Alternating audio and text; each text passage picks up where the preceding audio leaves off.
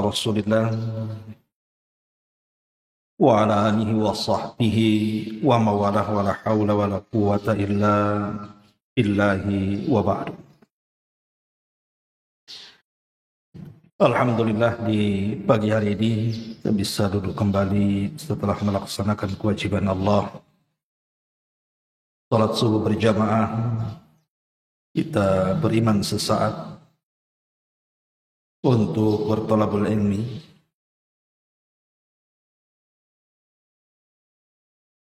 Di dalam surah Rum ayat 54,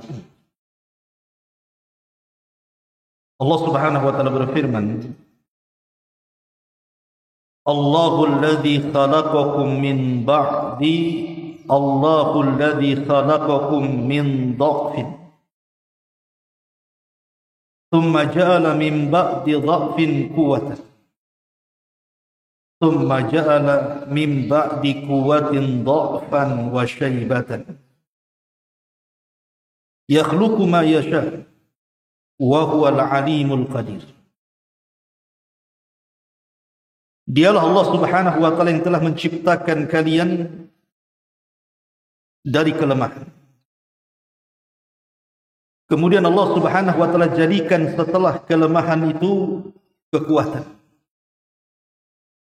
Kemudian setelah itu Allah jadikan setelah adanya kekuatan kelemahan kembali dan menua. Begitulah Allah Subhanahu wa taala menciptakan sesuai dengan kehendaknya. Dan Dia zat yang maha mengetahui lagi maha mampu melakukan segala-galanya. Ma'asyiral muslimin yang dimuliakan Allah Azza wa Jalla, ayat ini adalah ayat yang menjelaskan tentang perjalanan kehidupan kita. Saya, Anda atau siapapun, maka mereka akan masuk dalam ayat ini.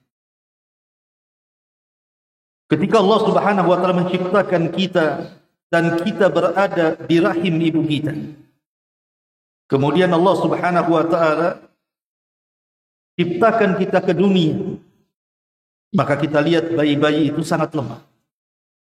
Jangan cerita bergerak, mandang saja tidak, mendengar saja susah, apalagi bicara. Kemudian setelah Allah Subhanahu wa taala besarkan ciptaannya ini, manusia ini, maka mulailah kemudian mata bisa memandang, telinga bisa mendengar, lisan bisa bicara, kemudian otot-otot mulai tampak dan kuat dan bisa berpikir. Dan jadilah dia manusia kuat. Tetapi setelah itu Allah Subhanahu wa taala akan kembalikan kita seperti anak-anak. Akan makin melemah dan menua. Begitulah Allah Subhanahu wa taala ciptakan sesuai dengan kehendaknya. Dan Allah maha mengetahui dan maha mampu melakukan segala-galanya. Ma'asyiral muslimin yang dimuliakan Allah Subhanahu wa taala, kematian sebuah kepastian. Karena ada, kalau orang sudah menua, tidak mungkin tua seterusnya. Pasti ada batas ketuaannya, yaitu kematian. Walaupun dia berusaha untuk mengobati tua itu supaya tetap muda, tetap saja kematian itu tidak bisa diobati. Kata Nabi SAW, kullu da'in dawa, setiap penyakit itu pasti ada obatnya. Illa syar, maksudnya kecuali kematian. Kematian itu tidak bisa diobati. Dokter satu dunia berkumpul sekalipun tidak bisa mencegah kematian. Artinya kematian itu bukan sebuah angan-angan. Kalau seorang bercita-cita jadi dokter, bisa jadi, bisa tidak.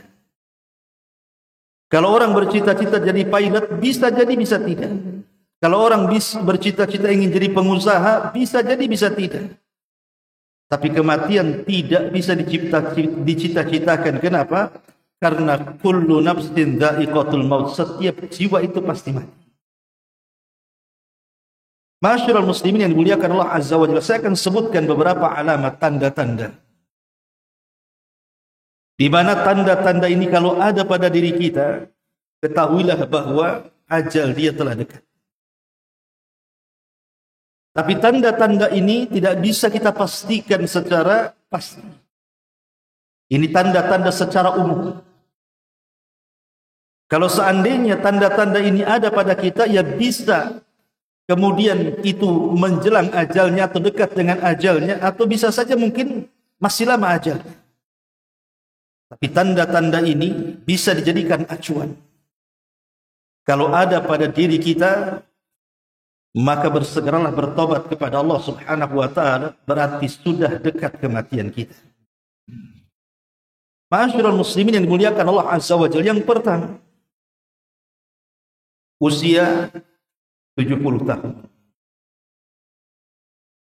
Nabi sallallahu alaihi wasallam mengatakan, "Inna amara ummati baina sittina wa sab'in." Sesungguhnya umur umatku berkisar 60 sampai 70 tahun saja. Wa qalilun ma yajuzu dzalik, dan sedikit yang melewati usia 70 tahun itu. Dari sini Nabi sallallahu alaihi wasallam membatasi usia umatnya antara 60 sampai 70. Artinya 70 itu bukan minimal tapi sudah maksimal. Kalaupun seandainya Allah Subhanahu wa taala takdirkan di usia 70 tahun dia masih hidup. Dan banyak juga yang di usia 7 tahun kan tidak mati juga. Ada yang sampai 80 tahun juga, mati-mati juga.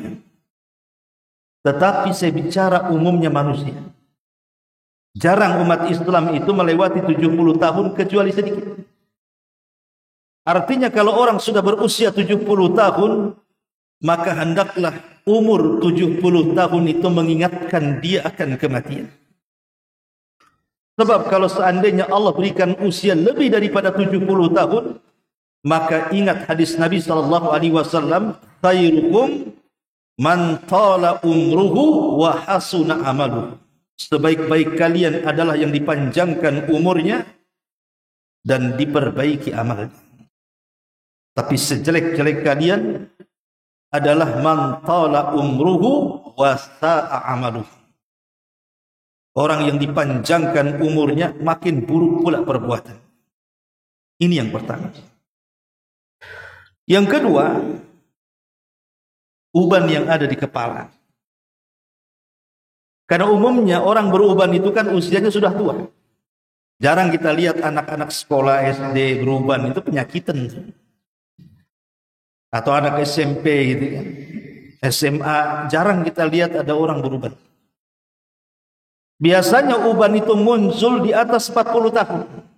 Itu sudah mulai satu itu tumbuh. Dan akan melebat di usia 50 tahun. Dan hampir keseluruhan rambut akan memutih di usia 70 tahun.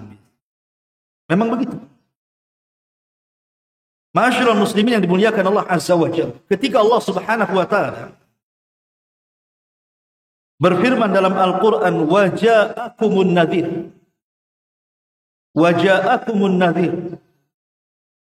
Ketika Allah Subhanahu wa taala mengingatkan soal umur 40 tahun ke atas.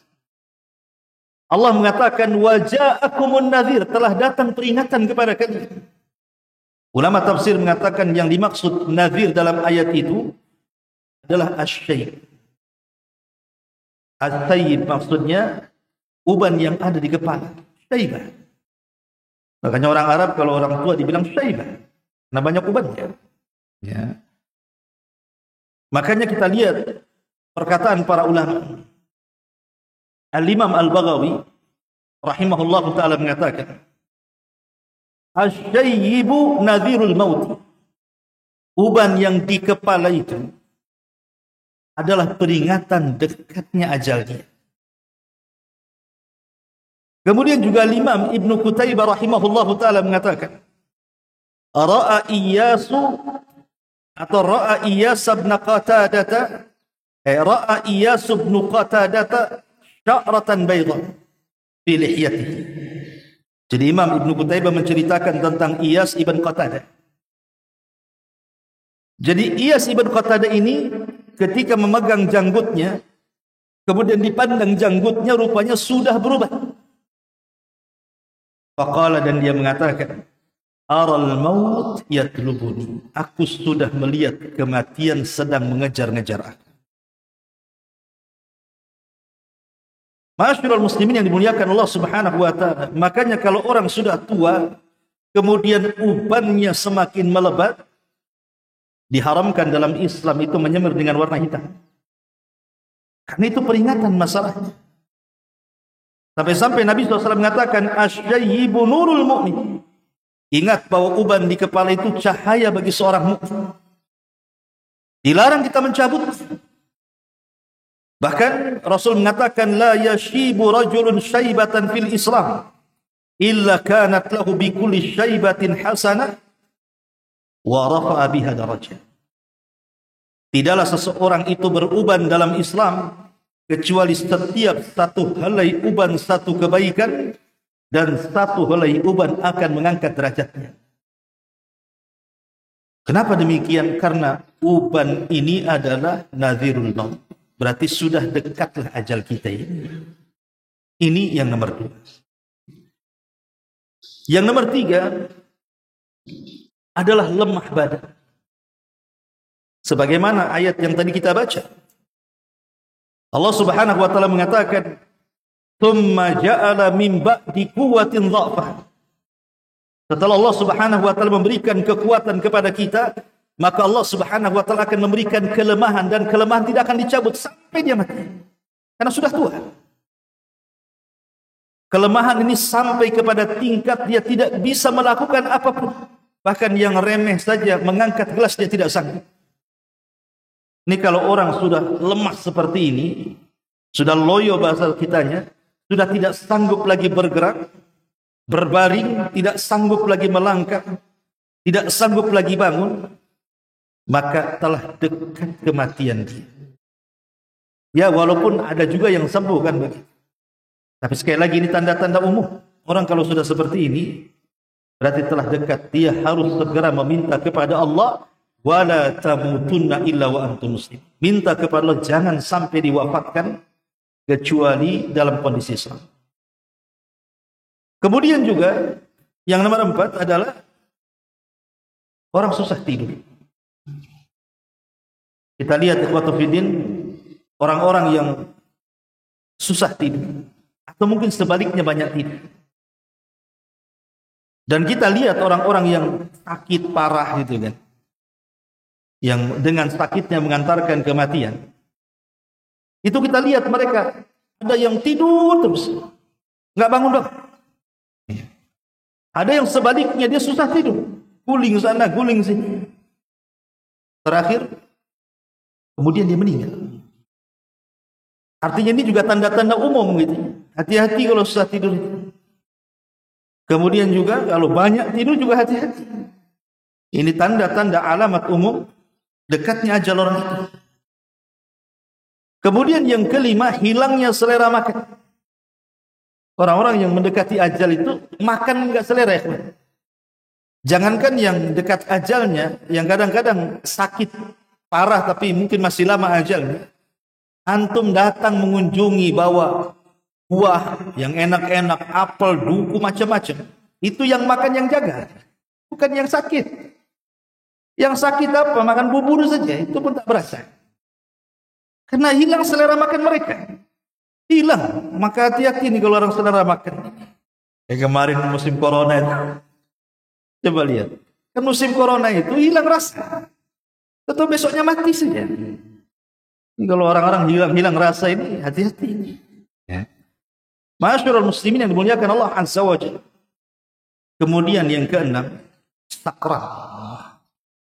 Sakran ini diambil dari ayat Al-Quran, di mana Allah Subhanahu wa taala mengatakan, wa ja'at sakratul mauti bil haqq dzalika ma kunta minhu tahid.